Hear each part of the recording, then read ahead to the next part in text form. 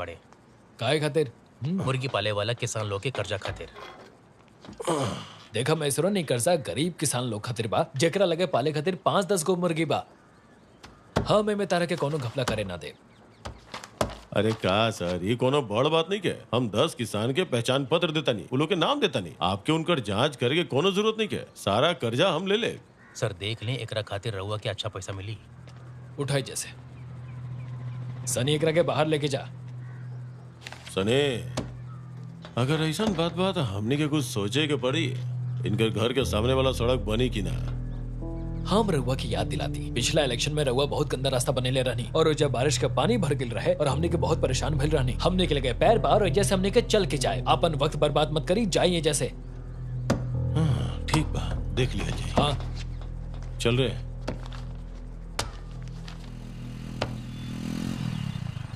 देखिए चंदू आवता। हाँ, जीजा जी इतना जल्दी कैसे? एकरा बुखार और सिरदर्द भी बा। भैया चंदू कोनो दवाई ना खा ले और ऐसा करे खातिर इनके सोमन कहले बाड़े। ठीक बा, फिक्र के कोनो बात नहीं के। एकरा के हल्दी और सूंड के काढ़ा बना के पिया दे, ये ठीक हो जाए। एक काम करे वाला खाली स्टाफ नहीं खे, बल्कि हमारे भाई भी बा। ऐसा कोनो सलाह ना देब जो एकरा खातिर अच्छा ना होके। सुमन भाई, मिनी इंग्लिश मेडिसिन लेवेली। इंग्लिश मेडिसिन के कम ना समझा तू। बहुत सा बीमारी में इंग्लिश मेडिसिन ही काम आवेला। वो समय हल्दी अदरक ये सब कुछो काम ना करेला।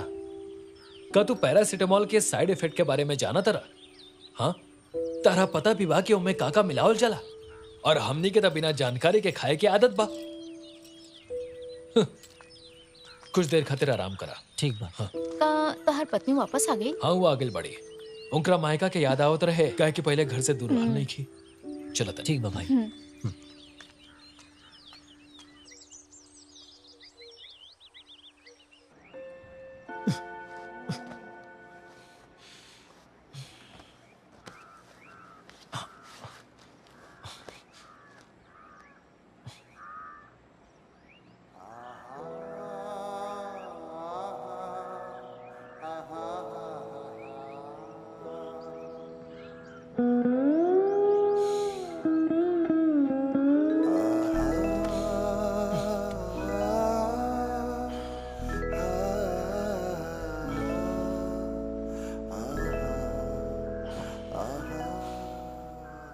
शालिनी, काले हमने के हनीमून खातिर चले के का?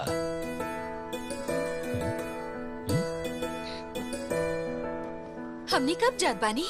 माँ खातिर हफ्ता भर खातिर सामान भर देबे के, फिर चले के कोनो जगह। एक हफ्ता खातिर? बहुत अच्छा। कहाँ कहाँ जाए कहाँ लिस्ट बना लेता नी। लिस्ट के का जरूरत बा? कोड़ई कनाल से शुरू करेंगे। क्या कहा थे?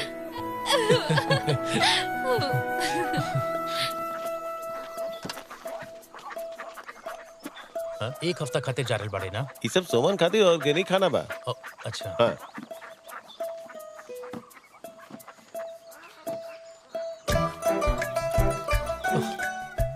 देखा करके संभाल के रखिए। हाँ। ये का है? वो एकरा से अपन दांत माजेला। पत्ता से? हाँ। संभल के जाइए। का करत बा? अपन गाड़ी के सारा पेपर सही बा ना? हाँ, सब सही बा। कोड़ई कनाल पहुंच जाई ना? रहुआ के पास जाए के बा या वापस भी आवे के बा? लागत तू ज्यादा ही स्मार्ट पड़ा। हाँ? तार हिम्मत कैसे भाई? अरे हम कुछ बोलना करनी पड़ती। ये गाड़ी काहे आयल बिया? हल्ला काहे मचा तारा? सोमन हनीमून खातिर जा रहल बा। सब्जी के बगीचा में जात होई, है ना सुमन? रहुआ ही बात के जवाब अब ये चाहता नहीं कि हम आके दी। देहले के कोनो जरूरत नहीं है। हाँ, हम चला तानी। हाँ, जाई। माँ, हम नहीं खाता वाला शरबत पियल भुलाए मत। मालूम बा, तू जाब। हाँ, चलो। हाँ, संभल के जाइए। हाँ, हम कैसा लगा था नहीं? ओहो। शालिनी, चल चली गाड़ी स्टार्ट कर। ठीक बा। हनीमून खातिर तो के नहीं के ले जात बड़े? ओ, हमार हनीमून अभी खत्म हो गई बा। ये देख, चल। बस रोक कहीं है रोक। ता तू थोड़ा देर रुक सकेला? हम जरा सामान लेके आवत। एक बार रुक जाए, लेकिन वेटिंग चार्ज देवे के पड़ी। ता तोहरा पास मटन पफ बा? मटन? हाँ। हमरा लगे चिकन मटन और सब्जी भी मिलेला। हमार कुत्ता सब्जी खा लिया। हमार खातिर 2 मटन और चिकन पफ पैक करा। हाँ।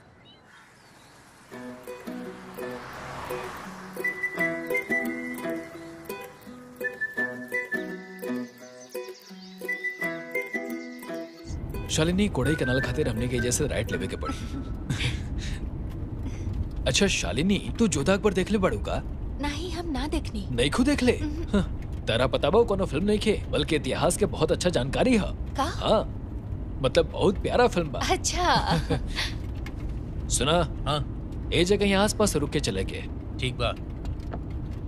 दुनिया बा खूबसूरत, पर्वत बहार बा, तारा लगे बाई गाना। हाँ बाना, तो बजावा ना। गाना लगावे से बाहर आ जाई का? अरे जॉन कहते नहीं तो करा ना, सवाल जवाब मत करा। इला तू और तहार बाहर।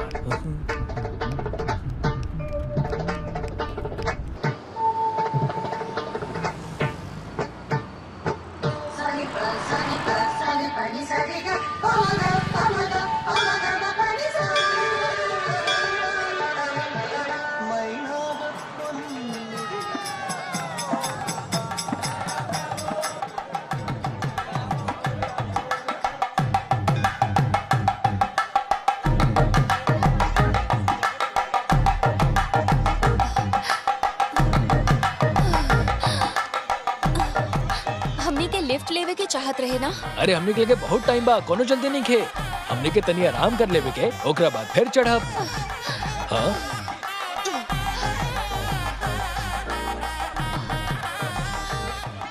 कितना अच्छा लगा था ना। अगला बार हमने के माँ के भी साथ में लेके आए। अच्छा ना लगा? अच्छा सुनो, एजा से ज्यादा प्रसाद ले लिया जाए, तार मम्मी पापा के भी दे दिया जाए, बोलो कि कितना अच्छा लगी। एकर कोनो जरूरत नहीं खे, उनकरा के ई बात बतावे के जरूरत नहीं खे। चलो।